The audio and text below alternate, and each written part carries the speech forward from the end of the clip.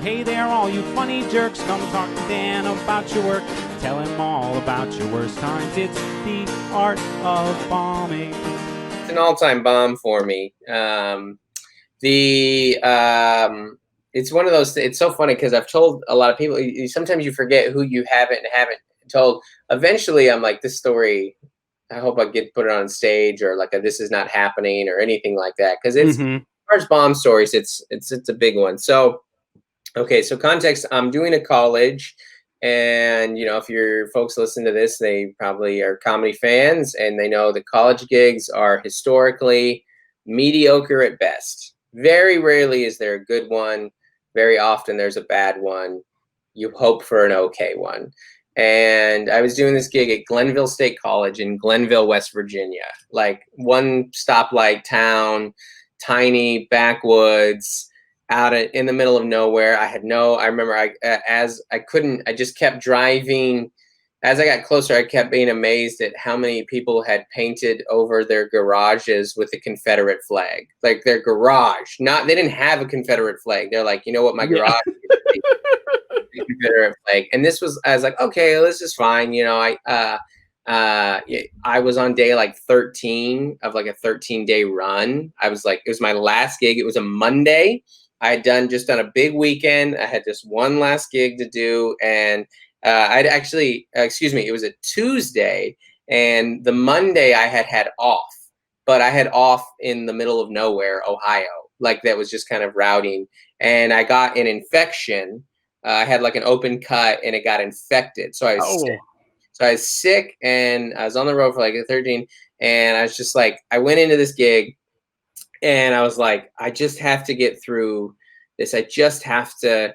And I walk in, and there's nobody there. The show is supposed to start in like 15 minutes. There's one table of girls studying, and then there's two guys playing soccer in the back. It's like the cafeteria, but they're literally kicking the soccer ball back and forth. And the host is there, and he's like, "Oh yeah, we have the comedy thing tonight." Like, it's so nonchalant, and I'm just like, okay, well, whatever.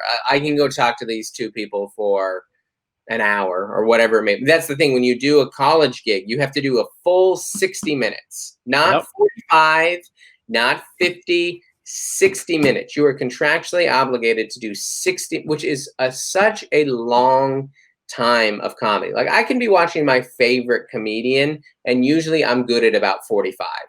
I was like, I've heard enough, And so they give me like the worst introduction ever. Hey, we've got the comedian. Welcome, Dustin. That was it. And there was no applause. There was nothing. And I go up, and it's just like, I'm doing whatever I can at this point to try. Like, I start doing some bits. I start doing some jokes about the college. I start talking to these girls in the front, because at this point they were like my only audience. And I remember they're like, "Do you have any jokes about animals?" They were like I was, they were just putting coins in me. And I tell the one joke that I have about animals, which is kind of like not anti-animal, but it's not pro-animal, and they hate that, of course. And I was like, and I usually close with that, and I was like, dang, I just burned my closer. I'm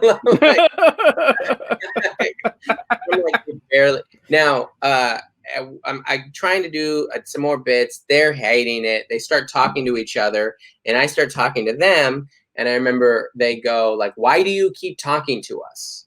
And I go, "Well, I'm doing comedy right now. Like, you're kind of interrupting me." And I'll never forget. They go, "We didn't ask for this."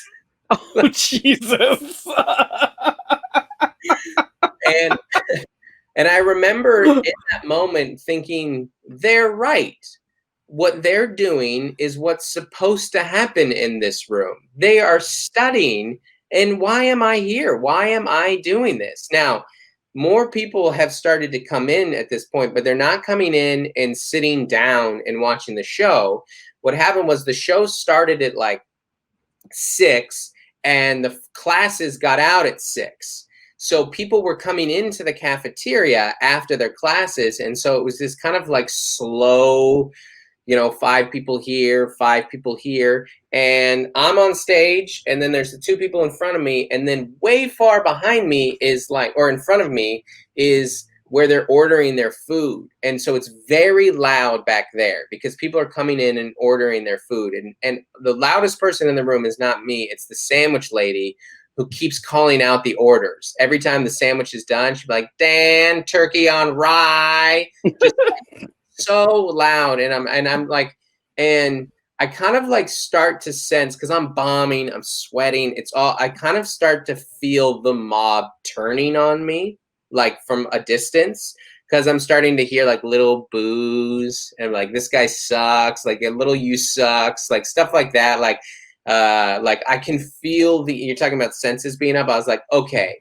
nobody is my ally right now. Like I have and so I go like, well, maybe I have to do crowd work. I can't just stand up here and bomb, which is what I should have done. I should have sat down on my chair, read my act, and just left, So I do a thing where I'm asking people their names, and I'm not getting anywhere to participate. And then one guy, I go, what's your name? And he goes, D. And I go, D. And he goes, D's nuts. And there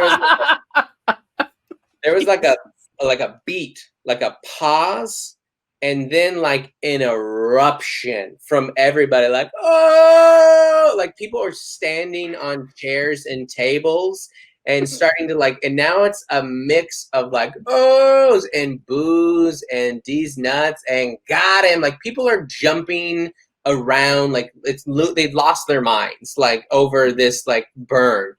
And I look down at my phone because I'm timing myself, and I'm at 18 minutes. Oh, no.